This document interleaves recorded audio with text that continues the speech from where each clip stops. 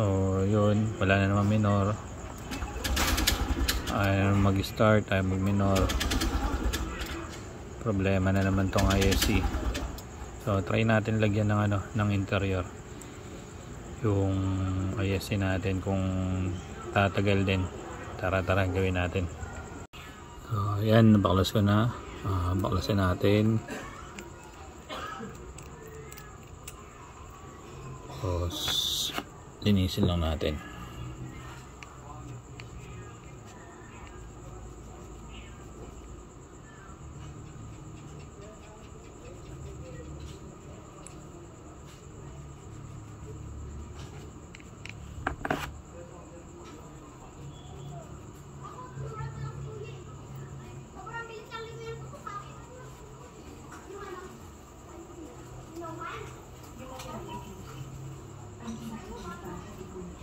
Maganda sana kung compressor pang lilinis dito, hangin, para matanggal yung mga ali-alikabok. Kasi malamang may dami na ito sa loob eh.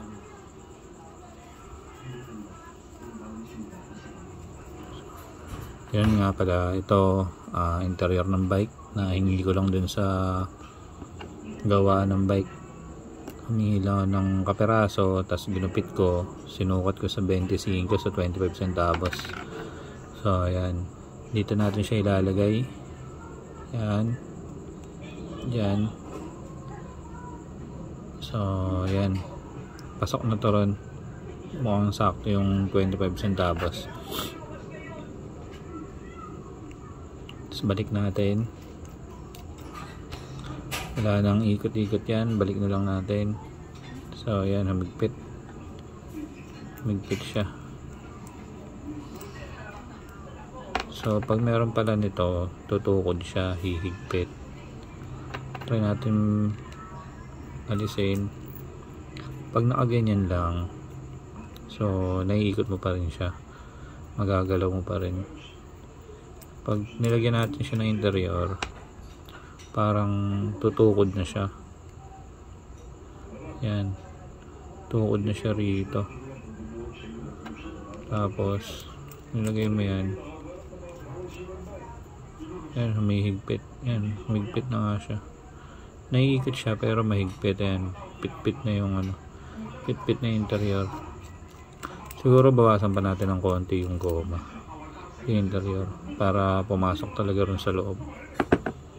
Ang gawin natin, papasokin natin sa loob.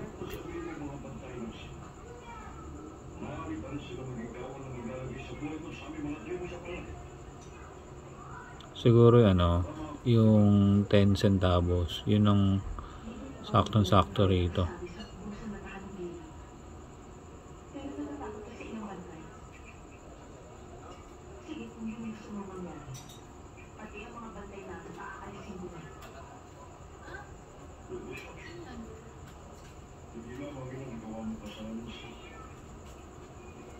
Sana tumagal kasi ang hassle pag nasa biyahe ka tapos inabot ka sa biyahe.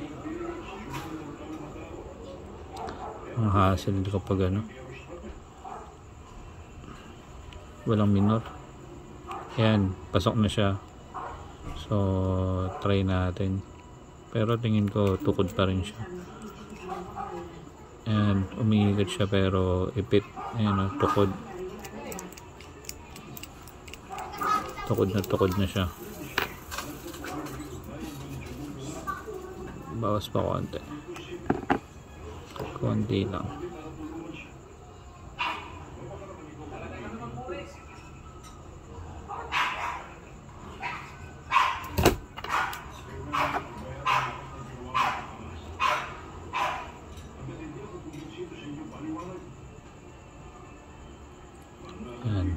Yan, sakto na siya.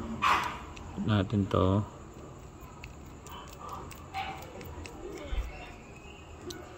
Siguro ligit lang natin na hindi siya mahigpit, pero sumasama yung interior. Yan ang nangyayari.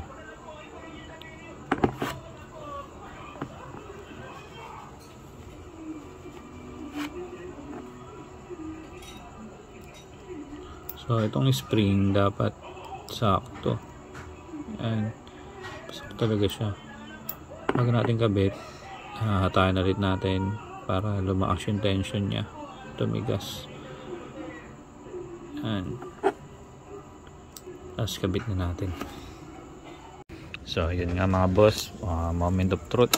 Subukan natin kung okay ba talaga yung solusyon na ginawa natin. Hindi ko na binidyoan yung pagbabaklas sa pagkakabit kasi madilim na.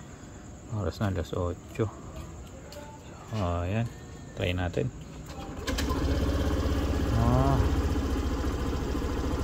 Ayun, 1 click na ulit. Okay yung minor nya, naka 0. So ayan boss, mga boss, update ko kayo kung gaano to katagal bago bumalik ulit yung problema. Sana ang matagalan na kasi hassle sa biyahe, lalo na pag may pasahero, nakakaya. So yun mga boss, update ko ulit kayo sa mga susunod na video natin. Like and share, saka follow nyo lang ako, subscribe nyo rin ako sa YouTube channel ko para updated kayo sa mga update natin sa Bergman. Maraming salamat mga boss, ingat kayo palagi.